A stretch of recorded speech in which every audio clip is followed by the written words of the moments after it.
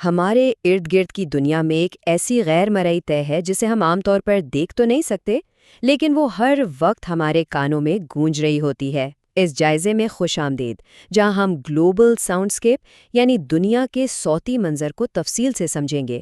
ہم عموماً دنیا کو اپنی آنکھوں سے دیکھنے کے عادی ہیں، لیکن آج ہم حقائق اور اعداد و شمار کو ایک بالکل نئے انداز سے یعنی آواز کی اینک سے محسوس کریں گے۔ ذرا ایک لمحے کے لیے اس زبردست راز پر غور کریں۔ ہم انسان تو ہر وقت مشینوں، ٹریفک اور ہجوم کے شور میں گھرے رہتے ہیں، لیکن ذرا اس روزمرہ کے شور شرابے سے ہٹ کر سوچیں، جب ہم انسان اور ہماری مشینیں خاموش ہو جاتی ہیں تو ہماری زمین کی اپنی اصل آواز کیسی ہوتی ہے؟ کیا یہ بس ایک بے ترتیب سا شور ہے یا پھر اس کے پیچھے کوئی بڑی کمال کی ترتیب اور دھن چھپی ہے؟ دیکھیں، اس صوتی ماحول کو سائنسی طور پر سمجھنے کے لیے ہم اسے 3 بنیادی حصوں میں بانٹتے ہیں۔ پہلا ہے بائیوفونی، یعنی حیاتیاتی آوازیں جو پرندے، کیڑے مکوڑے اور جانور پیدا کرتے ہیں۔ دوسرا ہے جیوفونی، جو کہ ہماری زمین اور موسم کی قدرتی آوازیں ہیں، جیسے ہوا کی سنسناہٹ یا بارش کے گرنے کی آواز۔ اور تیسرا اہم حصہ ہے اینتھروپوفونی، یعنی وہ شور جو ہم انسان اور ہماری سرگرمیاں پیدا کرتی ہیں۔ بس ان تینوں کے ملنے سے ہی زمین کا اصل ساؤنڈسکیپ بنتا ہے۔ اب ذرا اس حیرت انگیز نمبر پر غور کریں، 15 لاکھ۔ یہ کوئی معمولی عدد نہیں ہے، یہ دراصل ان مسلسل ریکارڈ کی گئی آڈیو منٹس کی تعداد ہے جن کا لائف پلان نامی اس زبردست عالمی اسٹڈی میں تفصیلی تجزیہ کیا گیا ہے۔ اتنے بڑے پیمانے پر ڈیٹا اکٹھا کرنے کا مقصد بالکل صاف تھا، اور وہ تھا ہمارے سیارے کی چھپی ہوئی صوتی دھنوں اور ان کے کام کرنے کے اصولوں کو بے نقاب کرنا۔ یہ مشاہدہ کتنے بڑے پیمانے پر ہوا، اس کا اندازہ آپ اس بات سے لگا سکتے ہیں کہ محققین نے پورے 6 براعظموں میں 139 مختلف مقامات پر ریکارڈنگ ڈیوائسز لگائیں، اور یہ کوئی 2-4 دن کی بات نہیں تھی، پورے 3 سال تک دن رات یہ آوازیں ریکارڈ کی گئیں۔ کمال کی بات یہ ہے کہ انہوں نے شہری علاقوں اور ان کے ساتھ جڑے قدرتی ماحول دونوں میں ایک ساتھ ڈیوائسز لگائیں تاکہ ان کے درمیان بالکل واضح اور سائنٹیفک موازنہ کیا جا سکے۔ نمبر 6، فطرت کی پیشگوئی کے قابل دھنیں یعنی حیاتیاتی سمفنی۔ چلیں اب فطرت کی ان دھنوں کے پیچھے چھپے اصولوں پر بات کرتے ہیں۔ عام طور پر ہمیں لگتا ہے کہ جنگل کی آوازیں شاید بس یوں ہی رینڈم ہوتی ہیں، لیکن سچائی اس سے بالکل مختلف ہے۔ ڈیٹا ہمیں بتاتا ہے کہ حیاتیاتی آوازیں بالکل بھی بے ترتیب نہیں ہوتیں، بلکہ یہ انتہائی گہرے اور ریاضیاتی لحاظ سے پیشگوئی کے قابل اصولوں پر چلتی ہیں۔ اسپیکٹروگرام دراصل آوازوں کو ایک بصری شکل دیتا ہے، جس سے ہم صاف دیکھ سکتے ہیں کہ پرندوں کی آپس کی بات چیت کتنی زیادہ منظم، پیچیدہ اور ایک خاص سٹرکچر کے تحت ہوتی ہے۔ مطلب یہ محض شور نہیں ہے، بلکہ ارتقائی طور پر وضع کردہ ایک باقاعدہ اور شاندار مواصلاتی نظام ہے۔ اچھا، یہ ڈیٹا ہمیں ایک اور حیران کن کہانی سناتا ہے۔ یہ حیاتیاتی آوازیں جنہیں ہم بائیوفونی کہتے ہیں، وقت کی کتنی زیادہ پابند ہوتی ہیں۔ طول بلد کے حساب سے یہ آوازیں مقامی موسم بہار میں اپنے سالانہ عروج پر پہنچتی ہیں، اور اگر ہم روزمرہ کی روٹین کی بات کریں تو صبح صادق اور شام کے وقت یہ بہت متحرک ہوتی ہیں۔ آپ فطرت کی اس گھڑی کو نہایت درستگی کے ساتھ ناپ سکتے ہیں۔ نمبر 9، انسانی شور کا خلفشار۔ اب یہاں سے اس جائزے کا رخ یکسر تبدیل ہوتا ہے۔ ہم نے فطرت کی منظم سمفنی تو دیکھ لی، لیکن اب ذرا انسانی شور یعنی اینتھروپوفونی کی مداخلت کی بات کرتے ہیں۔ یہ ایک انتہائی غیر متوقع طاقت ہے جو ہماری زمین کی کروڑوں سالوں سے موجود ان قدرتی دھنوں کو زبردست نقصان پہنچا رہی ہے۔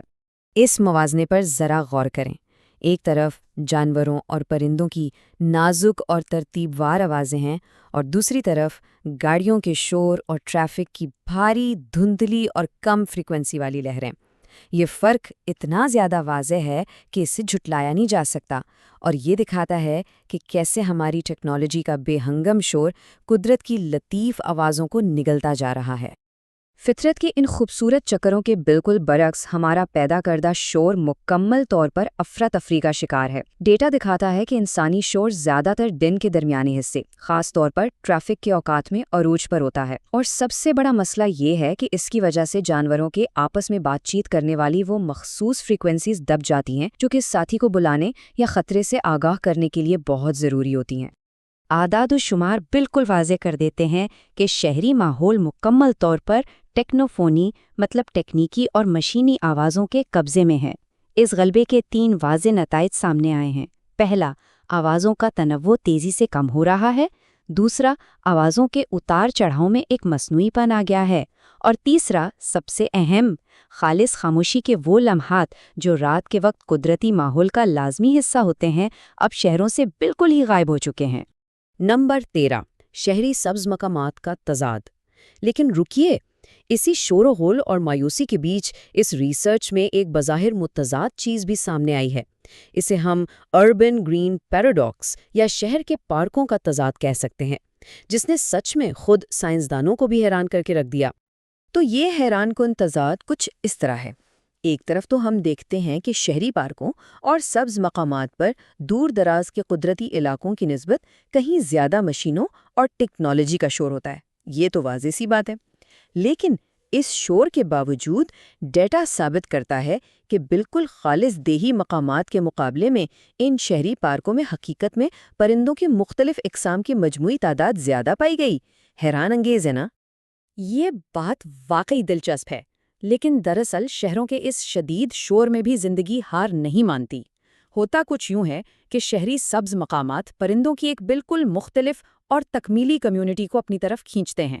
یہ ماحول خاص طور پر ان پرندوں کے لیے کشش کا باعث بنتا ہے جو بیج کھاتے ہیں یا جو انسانی ماحول میں خود کو ڈھالنے کے زبردست ماہر ہوتے ہیں۔ مطلب شور اپنی جگہ، لیکن زندگی نے وہاں بھی اپنا راستہ تلاش کر ہی لیا ہے۔ نمبر 16، صوتی دنیا کا تحفظ اور ارتقائی چیلنج۔ تو یہاں سے جو سب سے اہم نقطہ نکلتا ہے وہ عالمی سطح پر جنگلی حیات کے مستقبل کے بارے میں ہے۔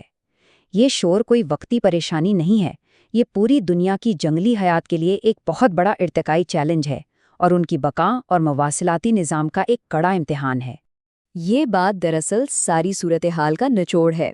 یہ مسلسل انسانی شور جانوروں پر ایک سخت ارتقائی دباؤ کے طور پر کام کر رہا ہے۔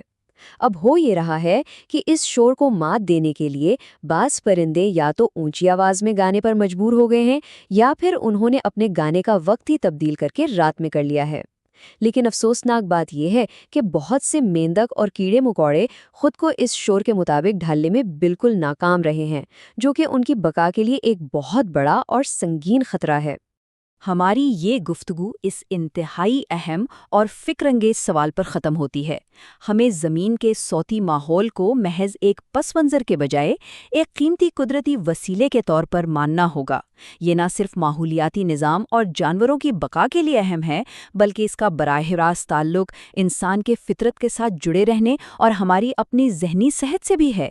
تو سوال یہ ہے کہ کیا نوع انسانی اپنی اس روزمرہ کی دوڑ دھوپ میں اتنا پرسکون ہونا سیکھ سکتی ہے کہ کرۂ ارض کی یہ اربوں سال پرانی اصل سمفنی ہمیشہ کے لیے زندہ رہ سکے؟ یہ وہ سوال ہے جس کا جواب ہمیں مل کر تلاش کرنا ہوگا۔